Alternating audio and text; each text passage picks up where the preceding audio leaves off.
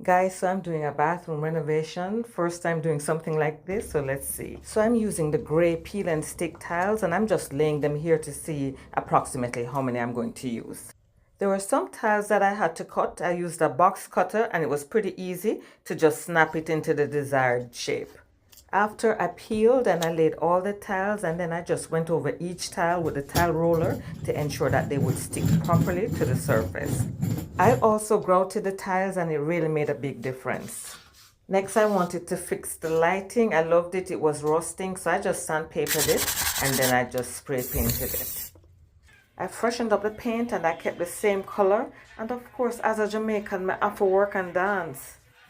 So guys, yes, this is the final product. Tell me how I did as a newbie.